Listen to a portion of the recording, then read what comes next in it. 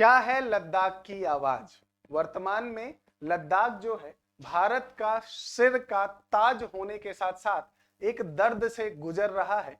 उस दर्द को समझने का एक छोटा सा कंट्रीब्यूशन है ताकि भारत में रहने वाले लोगों को और लद्दाख में रहने वाले लोगों को ये बात समझ में आए कि उनका भी उतना ही योगदान इस देश में है जितना अन्य किसी राज्य में रहने वाले व्यक्ति का। तो इसलिए इस वीडियो को द डिग्निटी के प्लेटफॉर्म द्वारा जो है एक कंट्रीब्यूशन की तरफ बनाया गया है ताकि इससे लद्दाख के लोगों की आवाज सब तक, सरकारी अधिकारियों तक, प्रशासन तक, देश की जनता तक पहुंचाई जा सके।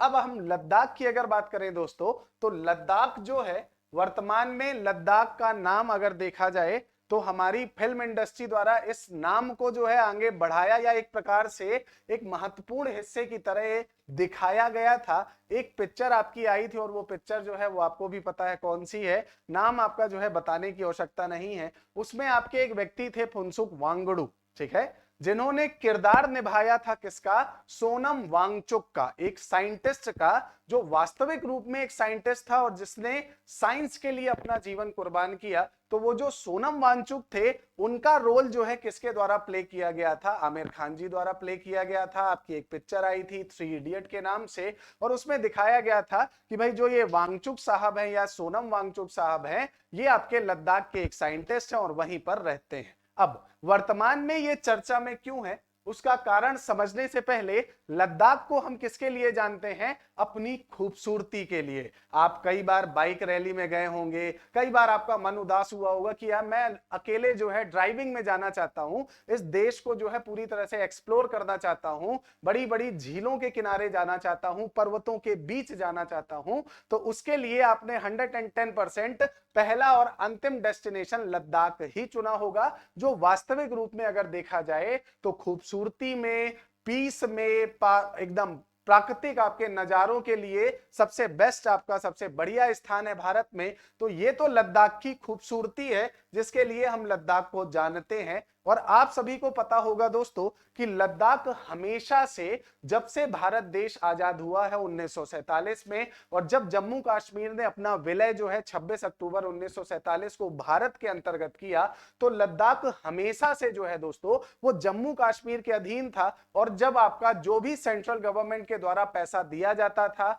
विकास के लिए, वो पैसा जो है ज्यादातर आपके जम्मू कश्मीर पर खर्च हो जाता था, क्योंकि जम्मू कश्मीर का मैटर बहुत ज्यादा संवेदनशील, बहुत ज्यादा सेंसिटिव था और इसीलिए बहुत कम पैसा कहां पहुंच पाता था, लद्दाख तक पहुंच पाता था। और इसीलिए जब भारत सरकार द्वारा 2019 में धारा 370 हटाई गई और लद्दाख को एक राज्य का या केंद्र शासित प्रदेश का एक अलग से दर्जा दिया गया, आप यकीन मानिए लद्दाख के लोगों ने अपना पहला स्वतंत्रता दिवस मनाया।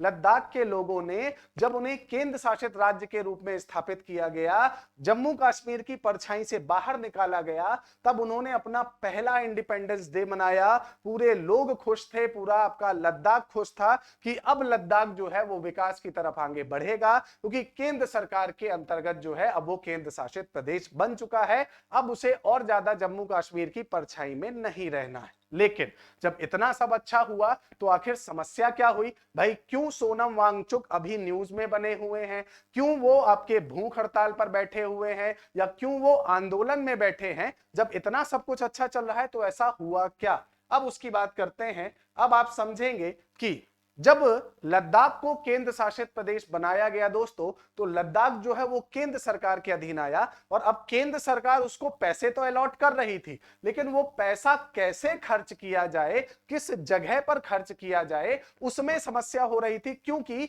प्रशासनिक अधिकारी जो है वो पूरी तरह से ये समझ नहीं पा रहे थे कि लद्दाख में पैसा कहां खर्च किया जाए, किस जगह ज्यादा आवश्यकता है, किस जगह नहीं है। और इस कारण से बहुत अधिक आपका जो पैसा है वो रिटर्न आ जाता था, वो लद्दाख में खर्च ही नहीं हो पा रहा था। और एक प्रकार से अगर देखा जाए तो भारत की जो ब्यूरोक्रेसी है उसकी भेंट कौन चढ़ रहा है, लद्दाख चढ़ रहा है, जिसने अपना पहला स्वतंत्रता दिवस मनाया, जिसे लगा कि अब जाकर उसकी आवाज भारत के सभी लोगों तक, भारत की राजनीति तक पहुंचेगी। अब वो वापस जो है वो किसके जंगल में फंस गई, अगर देखा जाए तो ब्यूरोक्रेसी या लाल फीताशाही के, कि प्रशासन को पता ही नहीं था पैसा कहां खर्च किया जाए। और इस कारण से वो व्यक्ति जिसे भारत सरकार ने बहुत सारे सम्मान दिए, साइंटिस्ट के रूप में सम्मान दिए, एक अच्छे नागरिक के रूप में सम्मान दिए, वो व्यक्ति आज हड़ताल में बैठा हुआ है ताकि लद्दाख जो है उस लद्दाख को वास्तविक रूप में उसकी रियल सोल से मिलाया जाए, उसके विकास से मिलाया जाए।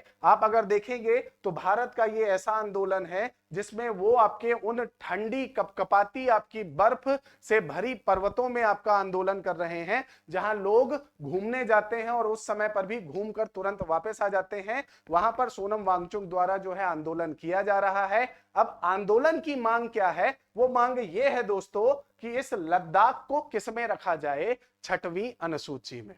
जो भी दोस्त 6वीं अनुसूची के बारे में नहीं जानते, मैं उन्हें बताना चाहूंगा, भारत के संविधान के अंतर्गत 12 स्केड्यूल्स या अनुसूचियां लिखी गई हैं और उन 12 अनुसूचियों में 6वीं जो अनुसूची है वो असम, मेघालय, त्रिपुरा, मिजोरम के जो जनजातीय क्षेत्र हैं उनके प्रशासन की बात करती है। और वो कहती है कि भाई इनके प्रशासन के लिए यहां पर स्वशासी परिषदें होंगी, या कहा जाए तो उनके जिलों की एक परिषद होगी, जहां पर जिले के लोग जो हैं आपस में से अपने यहाँ के पढ़े लिखे या समझदार लोगों को बैठाएंगे और वो शासन के साथ मिलकर कहां कहां महत्वपूर्ण रूप से पैसा खर्च करना है उसकी सलाह देंगे और पैसा खर्च करेंगे, ताकि वास्तविक रूप में समस्या कहां है उस समस्या को समझते हुए जो है उसका विकास किया जाए। और अगर देखा जाए तो 4 राज्य जो हैं आपके, मेघालय, त्रिपुरा, असम और मिजोरम, इन चारों राज्यों में ऑटोनोमस डिस्ट्रिक्ट काउंसिल है या स्वशासी जिला परिषदें हैं,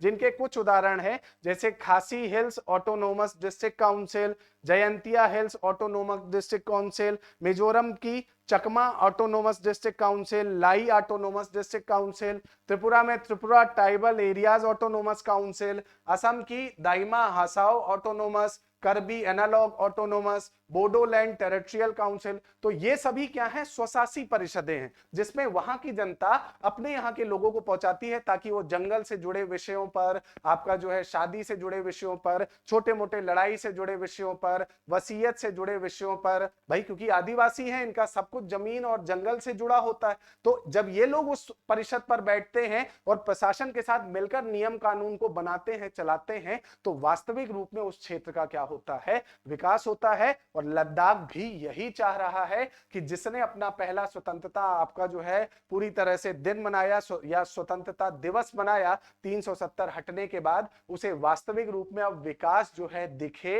वास्तविक रूप में वो भारत का एक हिस्सा बने। जो अभी वर्तमान में सिर्फ भौगोलिक रूप से है वो पूरी तरह से भारत का हिस्सा बने।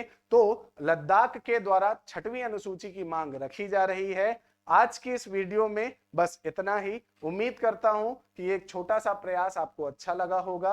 अगर वीडियो पसंद आई है तो आप इसे लाइक और आपका शेयर भी कर सकते हैं, ताकि ज्यादा से ज्यादा लोगों तक लद्दाख की आवाज पहुंच सके। धन्यवाद।